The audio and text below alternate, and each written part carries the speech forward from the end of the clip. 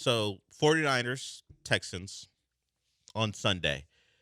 We talked about the Texans injuries. Christian Kirk, Nico Collins, neither expected to play. And we think back to what was a mysterious absence for Joe Mixon that they refused to give real information on. And I imagine in a week or two, when asked again, they'll give a very, very vague answer again until they eventually just rule them out for the rest of the season. But the Texans don't even compare to what the 49ers are going through. Beyond the guys who are on the active roster but aren't practicing this week, like Lenore and Purdy, the 49ers, by $25 million, clear the next closest team when it comes to annual per year salary on an injured reserve list this season.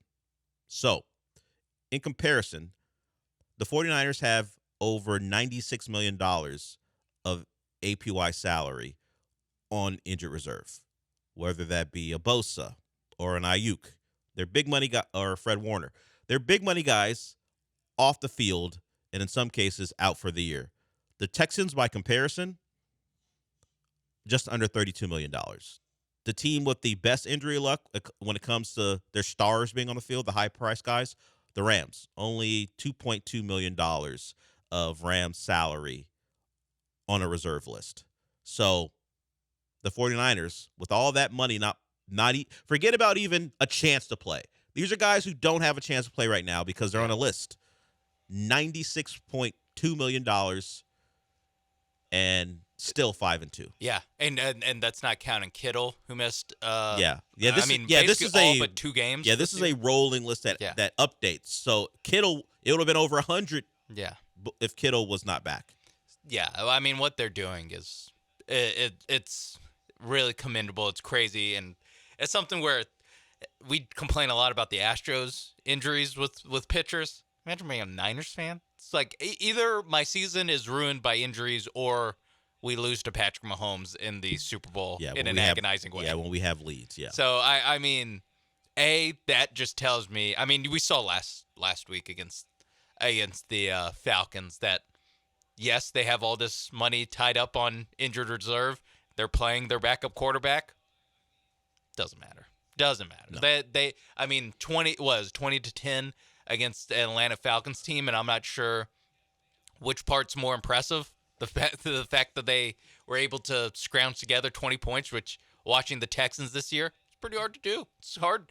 It's pretty hard to do, and they obviously are racked with injuries or holding that Falcons offense to only 10 points, keeping Bijan Robinson in check. So to me, it's just like, yes, they're both beat up teams.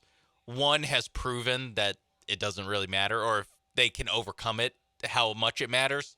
And the other team is the Houston Texans, who can't move the ball at all, even when they're fully healthy. So early this morning, it hit me. And the question I kept asking myself when I realized Kirk and Nico ain't going to be out there. Kirk less so. I mean, I'm not whether he plays or not. Barely been out there. Big deal, yeah. How are they going to score?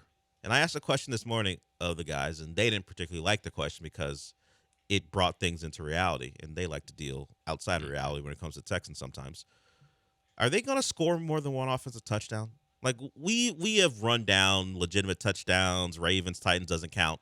But can we expect this team without Kirk, without Nico, and leaning on Dalton Schultz and Nick Chubb and Woody Marks and one of the Iowa State triumvirate? By the way, there may be if they run out with 3 wide receivers on Sunday. I keep thinking Saturday because college football means more than me, I guess. On Sunday, and we're talking about Iowa State. Yeah, big true. one against BYU. There it is.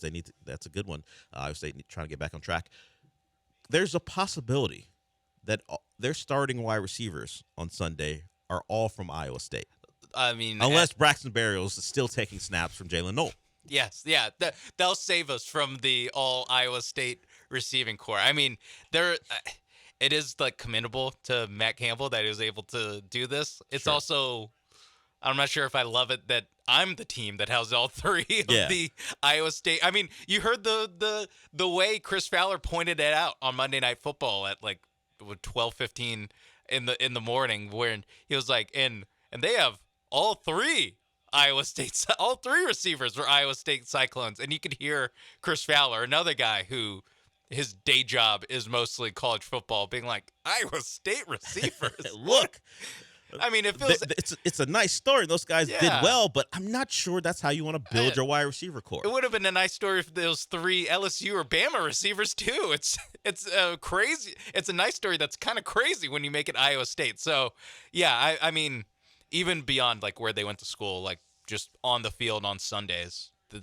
there hasn't been a lot to inspire me. I mean, especially with the not Noel Iowa State guys or the not Noel receivers outside of Nico Collins. Noel's the only one that shows like even just flashes of okay, he can make a play for you. Everyone else is just like it's so hard for them to get open, and then when they do get open, like they just first guy can tackle. Like it's just so hard to have an explosive, and if you're not going to be able to consistently block and run the ball and dink and dunk down the field, you're going to need explosives. And I'm not sure, again, other than Noel, who we've only seen in flashes and mostly on special teams, I'm not sure how they get those explosives. Well, you mentioned Noel and special teams. Well, we asked the question earlier this week, why is he not returning punts? Just because Braxton Berrios is back? Why does that mean Noel isn't your full-time punt returner, considering the juice he's shown? Well, Frank Ross, it was his time yesterday, and he was asked about it. And here's his explanation for why Jaylin Noel didn't get more punt return opportunities, particularly with Berrios being back. How did you arrive at the decision to go with Berrios at punt return instead of Noel? I don't think there's a decision to go with anybody. I think every year you guys have asked me, hey, how do you feel about returners in training camp when the roster's at 90? We mix and match every returner that we have. Tremon, Damian, Jaylin, Braxton, Christian Kirk, all those guys have taken reps for us. It doesn't matter of which game or what time or who's available. I mean, Jaylin was our starting kick returner last week, so he had 6 or 7 blocking reps on kick return because they kicked opposite. So, it's just about play for play, however that shakes out. So because he had to block on kickoff returns, he didn't get more chances to return punts? Because his play count was too high as a blocker? I mean, if you told me he was banged up, then I'll take it. But if it's simply because he had to play, yeah, what are we talking about? And I mean, this is outside of Frank Ross's purview, but also that Berrios outsnapped him as a receiver. Yeah. So like, if we're gonna go with the play count thing, like he might be banged up, but also that should pop up on an injury report if he is banged up, or maybe he got banged up in the game. But this just falls into like the long list of not just this year, but for 2 years now, of just like they're either lying to us or they just have conflicting things, or they're just saying stuff of as far as the media relations of like, hey, why are you doing this very obviously bad thing, or like this questionable thing even? And they just spit out an answer, and we just kind of have to live with it and go, all right, I guess. And Frank Ross is a little different because his unit's actually good, but like with the offense stuff, and just like they just spit out an answer at us, and we're like, okay, cool. So thanks. Braxton Berrios has been returning punts since 2019 when he became a pro. And sometimes he is the punt returner throughout a year. That's what his job was with the Jets, and his first year with the Dolphins. And with injuries, he in his last year with the Dolphins, and clearly this year at the Texans, his punt return duties have gone down because he just hasn't been available. In his 88 games played as a punt returner, his longest punt return was 44 yards. Jaylin Noel has played 6 games as a pro. He already has a long of 53. Braxton Berrios, since 2019, his longest punt return is 44 yards. Noel eclipsed that in 82 less games. In fact, he did it earlier than that because he did it earlier in the year. He did it in game 2. Yeah, game 2 right? or 3 of his career. Yeah, the Bucs game was game 2. Yeah, so game 2. So he's already surpassed Braxton Berrios' longest return of his career. And we're talking about because he has to be a blocker on. How about this?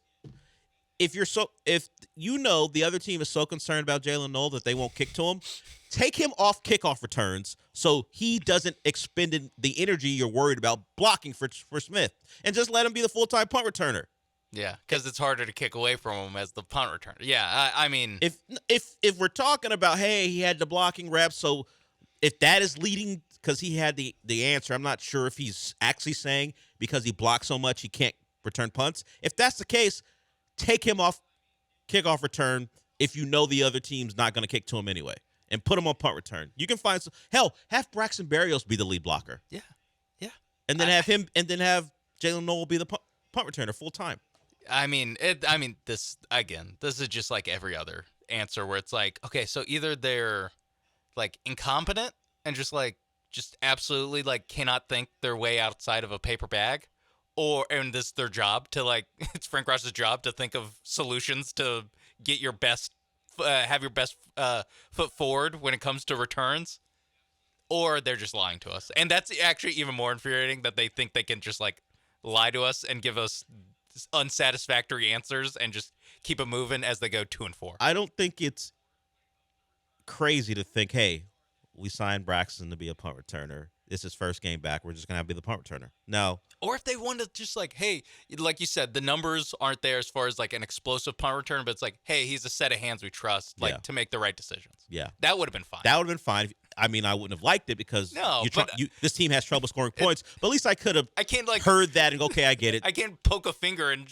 completely wipe it away. This apart. Yeah, it's not a Jenga tower of lies. And hey, you know what? I'm of the belief that Jaylin Noel can be your lead blocker on kick returns and still return punts. I believe he can handle it. That too. Like, we're just accepting the premise to be nice. Yeah, but I believe he can deny the premise. I believe he could do that too and be just fine.